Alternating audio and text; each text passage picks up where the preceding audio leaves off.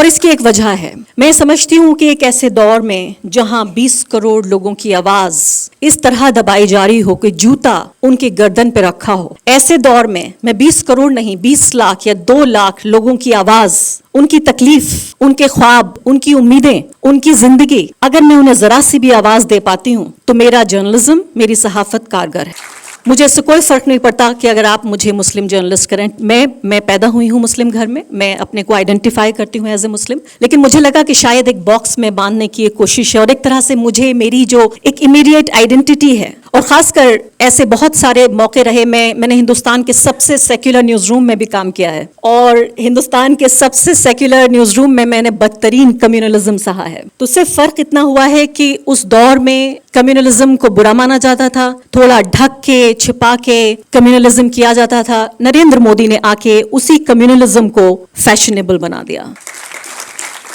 لیکن ایسا نہیں ہے کہ کمیونلزم نہیں تھا. میں نے ہندوستان کے سب سے سیکولر نیوز روم میں اپنے لیے طرح طرح کی چیزیں کہیں، سنی اور سہی. میں نے یہ بھی سنا کہ ہندوستان پاکستان کا میچ ہو رہا ہے اور اتفاق سے میں نے ہرے رنگ کا جیکٹ پہن لیا تو کہا کہ are you cheering for Pakistan. میں نے یہ بھی سنا کہ جب میں بٹلہ ہاؤس انکاؤنٹر کور کرنے گئی اور میں نے وہ لڑکے جو مارے گئے، اور اس سے پہلے کہ کسی کورٹ نے انہیں یہ ثابت کیا، یہ ڈکلیئر کیا کہ یہ ٹیررسٹ ہیں نہیں، میں نے کہا کہ بھئی مسلم یووا یہاں پر رہ رہے ہیں اور ان کے ساتھ ایسا ہوا. میں نے صرف ان کو ٹیررسٹ نہیں کہا، جو کہ مجھے جو دستور ہے وہ یہ کہ سب سے پہلے ایک مسلم لڑکا آپ کو ملے جس کو پولیس انکاؤنٹر کر رہی ہے تو آپ سیدھے اسے کہیے کہ ٹیررسٹ ہے. اس سے پہلے کہ کورٹ کیا کہتی ہے، کیس کیا ہے، مقدمہ کیا چل رہا ہے، وکیلوں نے کیا جرح کی، وہ سب کی ضرورت نہیں ہے. سب سے پہلے آپ کو کہنا ہے کہ آپ ٹیررسٹ ہیں. اگلے ہی دن مجھے بٹلہ ہاؤس انکاؤنٹر کی رپورٹنگ سے ہٹا دیا گیا. تب نریندر مودی پرائم منسٹر نہیں تھے. تو وہ دور بھی دیکھا ہے، تاریخ نے دیکھا ہے، میں نے دیکھا ہے، سہا ہے. صرف اب فرق یہ ہو گیا ہے کہ پہلے پھر بھی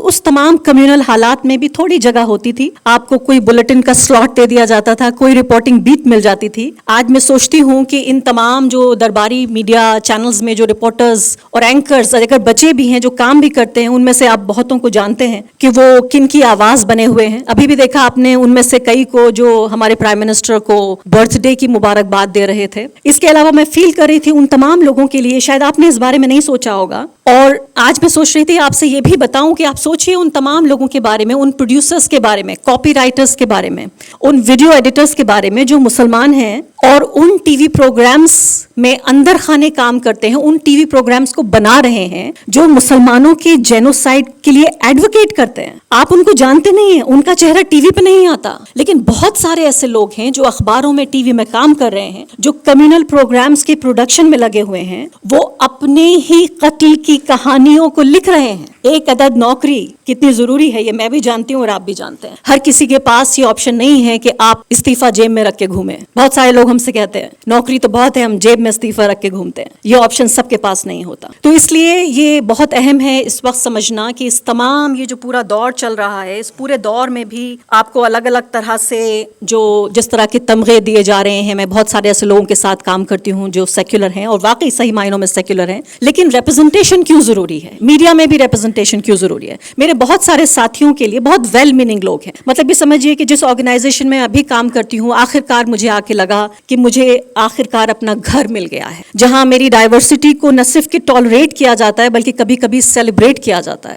اس کے باوجود بھی میں کہوں گی کہ جو درد میں سہتی ہوں ایک مسلم جرنلسٹ ہونے کے ناطے، جب ان کہانیوں کو میں کہہ رہی ہوتی ہوں، سنا رہی ہوتی ہوں، ریکارڈ کر رہی ہوتی ہوں، میرے کولیگز کے لیے یہ ریسرچ کا سبجیکٹ ہو سکتا ہے، رپورٹنگ کا سبجیکٹ ہو سکتا ہے، رائٹنگ کا سبجیکٹ ہو سکتا ہے. وہ دور کھڑے ہو کر ہم سب کو مرتے ہوئے، کٹتے ہوئے، گھٹتے ہوئے دیکھ سکتے ہیں لیکن محسوس نہیں کر سکتے. اور اسی لیے جو ریپرزنٹیشن ہے وہ بہت ضروری ہے ایسے خاص کر دور میں، جبکہ ہم یہ دیکھ رہے ہیں کہ ابھی کل پرسوں میں نے ایک بات کہی بڑی ناگوار گزری، اور خاص کر اپوزیشن کے لیڈرز میں کئی کا میرے پاس فون بھی آیا.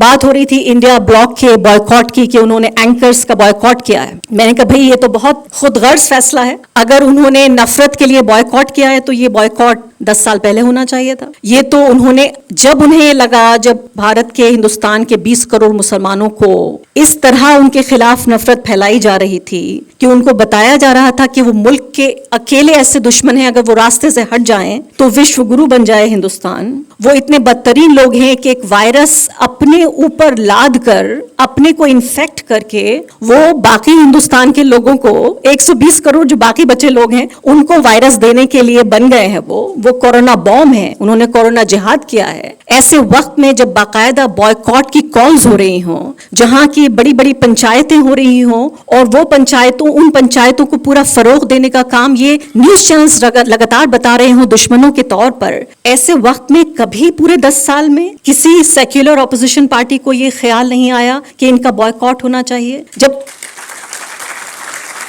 جب آخر کار یہ لگا کہ ایگزسٹینشل کرائسس ہے, کہ اب سیکولر پالیٹکس کے لیے کوئی جگہ نہیں بچی, تو ایک سمبلزم, ایک پرتیک کے طور پہ, ایک سمبل کے طور پہ یہ کہا گیا کہ ہم ان کا بوائکاٹ کرتے ہیں. میں ابھی بھی ویلکم کرتی ہوں, میں یہ نہیں کہہ رہی ہوں کہ میں اس فیصلے سے خفا ہوں, میں صرف آئینہ دکھانا چاہتی ہوں کہ آپ نفرت سے آپ کو پریشانی نہیں ہے, آپ کو پریشانی یہ ہے کہ آپ کے لیے جب ایگزسٹینشل کرائسس آ گیا کہ آپ کی پالیٹکس کے لیے اسکوپ ختم ہو رہا ہے, آپ نے اپنے لیے یہ کیا ہے, نفرت کے لیے نہیں کیا. ٹھیک اسی طریقے سے جیسے میں نے دیکھا اتر پردیش میں کیسے جو ہماری ایلیجڈلی جو تتھا کتھت جسے ہندی میں کہتے ہیں سیکولر پارٹیز ہیں, جب میں نے دیکھا کہ ایک مظفر نگر میں نے جو 2013 کے جو رائٹ وکٹمز ہیں ان پہ میں نے ایک ڈاکیومنٹری بنائی اور دیکھا کہ کتنے دوزخی بدترین حالات میں وہ لوگ جی رہے تھے. تو ایک سیکولر پارٹی کے نیتا کا ہمارے ایڈیٹر کے پاس فون آیا اور کہنے لگے بھئی آپ کی سینئر ایڈیٹر ہماری پولیٹیکل ایکویژن خراب کر رہی ہیں, کیونکہ میں نے یہ کہا کہ بھئی 2013 سے لے کے 2017 کے بیچ وہ 4 سال بھی گزرے جب وہ سیکولر پارٹی جو پاور میں تھی وہ ان لوگوں کا خیال رکھ سکتی تھی, ان کو ڈھنگ سے گھر دے سکتی تھی, ان کو ریہیبلیٹیٹ کر سکتی تھی. تو یہ حالت ہے. تو مجھے لگتا ہے کہ میڈیا کے ایک نمائندہ ہونے کے ناطے, اور آپ سب لوگ جو کسی نہ کسی حیثیت میں کام کریں, یہاں بہت سارے میرے میڈیا کے دوست بھی ہیں, اور باقی آپ جس بھی کیپیسٹی میں ہیں, کمیونل پارٹی کو بھی ہینڈل کرنا ضروری ہے, سیکولر پارٹیوں کو بھی ایک دباؤ بنا کے رکھنا ضروری ہے, ان کو بھی, کیونکہ یہ بھی بہت بری عادت ہے سیکولر پارٹیوں کی کہ کب وہ لیفٹ سے رائٹ کی طرف مڑتی چلی جائیں, ان کو بھی بیچ میں رکھنا بہت ضروری ہے. اور اس کے لیے بھی ہمارے سامنے جو یہاں پر بیٹھے ہوئے مہمانوں میں وہ بھی ایک صاحب موجود ہیں. سیکولر پارٹیاں رائٹ کی طرف نہ جائیں, سینٹر تک ہی رہیں. اس کے لیے خیر بہت بہت شکریہ آپ لوگوں کا. میں آپ لوگوں سے یہ گزارش کرتی ہوں کہ اس کتاب کو ضرور پڑھیے اور امید بنا کر اور ساتھ ساتھ امید بچا کر ضرور رکھیے. وہی امید جو یہ کتاب آپ کو دے رہی ہے کہ یہ ہندوستان آپ کا ہے, اس ہندوستان کا جو جمہوری مستقبل ہے, جو ڈیموکریٹک فیوچر ہے, اس میں آپ کی برابر کی حصے داری ہے. کوئی بھی آپ سے کچھ کہے آپ یقین مت کیجئے, بہت سارے جو چراغ ہیں وہ بجھ رہے ہیں, لیکن ایک سورج جو ہے وہ لگاتار روز چمکتا ہے, یقین دیتا ہے. شکریہ.